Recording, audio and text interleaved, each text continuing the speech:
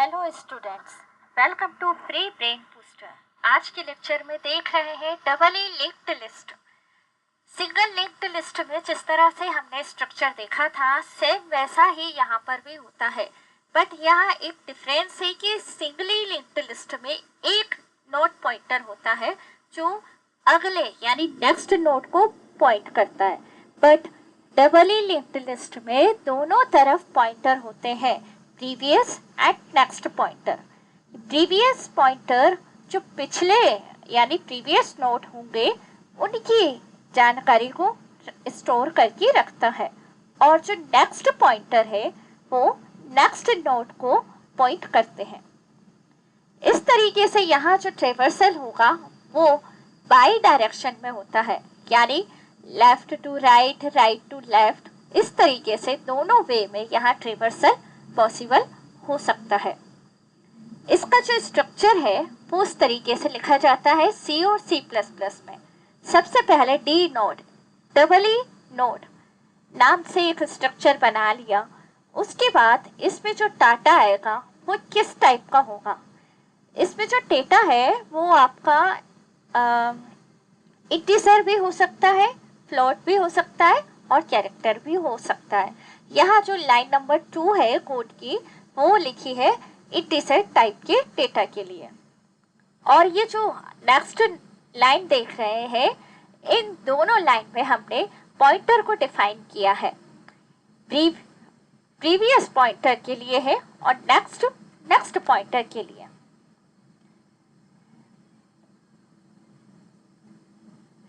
Double E linked list में जो आपने ये स्ट्रक्चर देखा है वो इस तरीके से होगा। बीच में डाटा होगा और P और N, P प्रीवियस नोड को इंडिकेट करेगा और N नेक्स्ट नोड को इंडिकेट करेगा।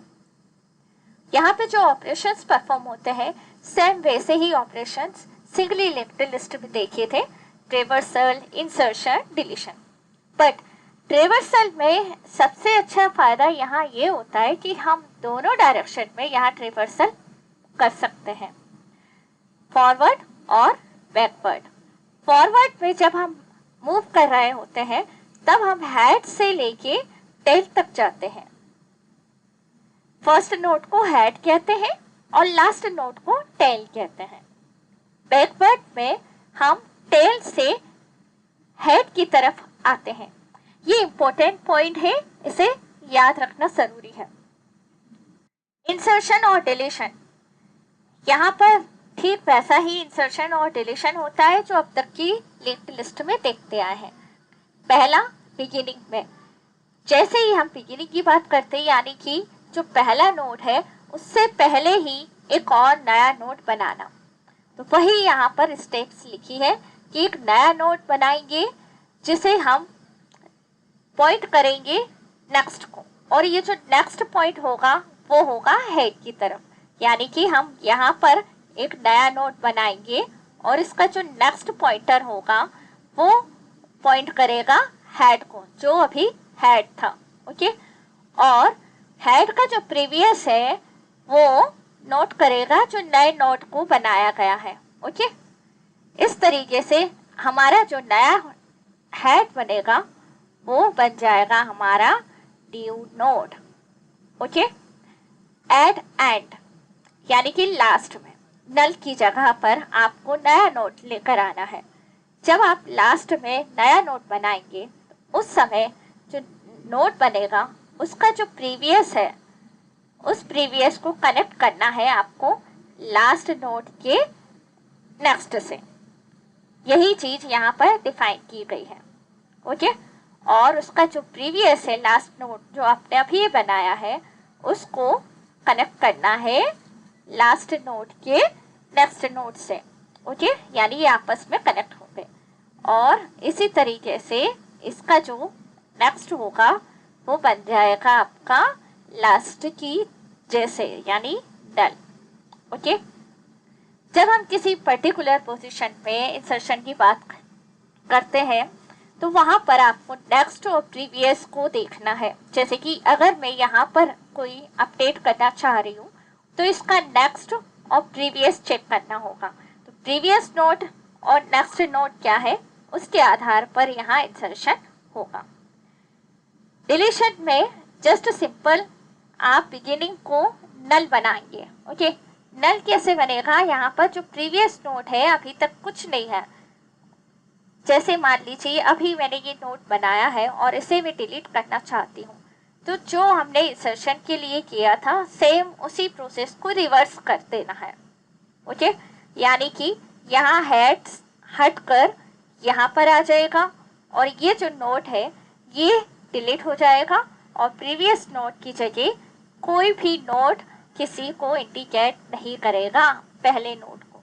ओके, वही चीज यहाँ पर लिखी हुई है कि जो हेड है वो इसके आगे के नेक्स्ट को हेड बना देंगे और हेड का जो प्रीवियस है वो एक्चुअल नल हो जाएगा। ओके, एंड पॉइंट से यानी एंड नोट को डिलीट करना है, जैसे कि अभी मैंने ये क्रिएट किया था। अब मैं इसे वापस डिलीट कैसे करूंगी कि मैं इसका जो नेक्स्ट नोट था, इससे लास्ट नोट से पहले का जो नोट है, लास्ट नोट से पहले के नोट का जो नेक्स्ट है उसे नल कर देना है, यानी कि नल से कनेक्ट कर देना है, जिससे ये डिलीट हो जाएगा। ओके,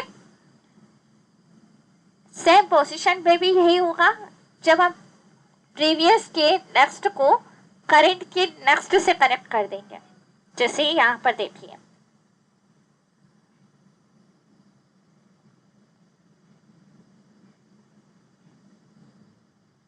ये देखिए, मान लीजिए ये मेरा करंट नोट है, ये मेरा प्रीवियस नोट है और ये मेरा नेक्स्ट नोट है। क्या कह रहे हैं कि डिलीशन में हमें क्या करना है कि करंट नोट का जो पिछला नोट है उसका जो नेक्स्ट नोट है वो किसका बन जाएगा? करंट के नेक्स्ट के बराबर। करंट का नेक्स्ट पॉइंटर ये है, प्रीवियस पॉइंटर ये है, नेक्स्ट पॉइंटर में इसे इंडिकेट किया गया। मान लीजिए इसका एड्रेस है 3। ओके, 3 नंबर पे है। ओके, तो यहाँ पर रखा गया है 3। ओके, और ये जो प्रीवियस है ये जो है ये है 1, ये वाला नोट है 1 और इसकी जानकारी रखी गई है 1। तो प्रीवियस नोट का जो यहाँ पर रखा गया है इसको लेके, और ये है नेक्स्ट 2। ऐसे समझिए, नोट को डिफाइन कर देती हूँ मैं। ये फर्स्ट नोड है, ये सेकेंड नोड है और ये थर्ड नोड है। ओके, अब फर्स्ट नोड जो है प्रीवियस नोड है और इसका नेक्स्ट सेकेंड है और ये इस तरीके से थर्ड नोड है। ओके, तो करंट नोड हम सी पे हैं, इसका पिछला नोड हुआ जिसका एड्रेस है 2 और इसका नेक्स्ट जो पिछला एड्रेस है वो है 1 और इसका जो नेक्स्ट है वो है 3rd। ओके, तो हमें क्या करना है, इसका जो नेक्स्ट नोड है इसे कनेक्ट कर देना है 3rd से, क्योंकि हमें ये हटाना है सेकेंड नोड को। ओके, सिर्फ इतना सा करना है।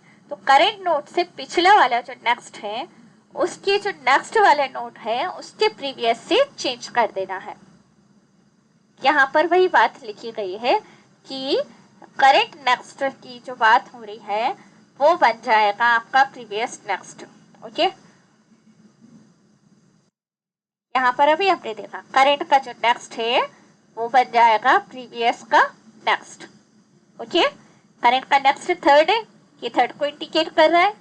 हमने क्या किया, इसके पीछे का जो नेक्स्ट था उस नेक्स्ट को हमने कनेक्ट कर दिया इससे, जो कि करेंट स्टेट या करेंट नोड की बात करें तो उसका नेक्स्ट पॉइंटर है। ओके, आप एक बार फिर से रिवाइज कीजिएगा, इस चीज को समझ में आ जाएगा। अब अगर हम बात करें ये linked list actual real world में किस तरीके से काम करती है, तो सिंगल लिंक्ड लिस्ट जो है नेविगेशन में काम करता है, जो ब्राउजर हिस्ट्री वगैरह होती है जिसमें हम फॉरवर्ड डायरेक्शन में मूव कर रहे होते हैं। और ये जो सर्कुलरली लिंक्ड लिस्ट है ये राउंड रोबिन टास्क की शेड्यूलिंग होती है, जो ऑपरेटिंग सिस्टम में शेड्यूलिंग कॉन्सेप्ट देखा था हमने पिछले कुछ लेक्चर में, उसमें राउंड रोबिन टास्क शेड्यूलिंग होती है जिसमें हर प्रोसेस को थोड़े थोड़े समय में यानी एक टाइम इंटरवल में प्रोसेस किया जाता है। लास्ट है डबली लिंक्ड लिस्ट, जैसे कि म्यूजिक प्लेलिस्ट हुआ, अनडू रीडू फंक्शन हुआ। म्यूजिक प्लेलिस्ट में आप फॉरवर्ड बैकवर्ड मूव कर सकते हैं, राइट। तो ये आपका एप्लीकेशन एरिया है जहां पर लिंक्ड लिस्ट इस तरीके से काम करती है। ओके, आई होप आपको कंटेंट समझ में आया होगा और लेक्चर भी समझ में आया होगा। नेक्स्ट वीडियो में मिलते हैं नेक्स्ट टॉपिक के साथ। तब तक के लिए बने रहिए। अगर अभी तक आपने चैनल सब्सक्राइब नहीं किया है तो चैनल सब्सक्राइब करें और लेक्चर कैसा रहा इसके बारे में कमेंट सेक्शन में ज़रूर बताएं। Thank you so much.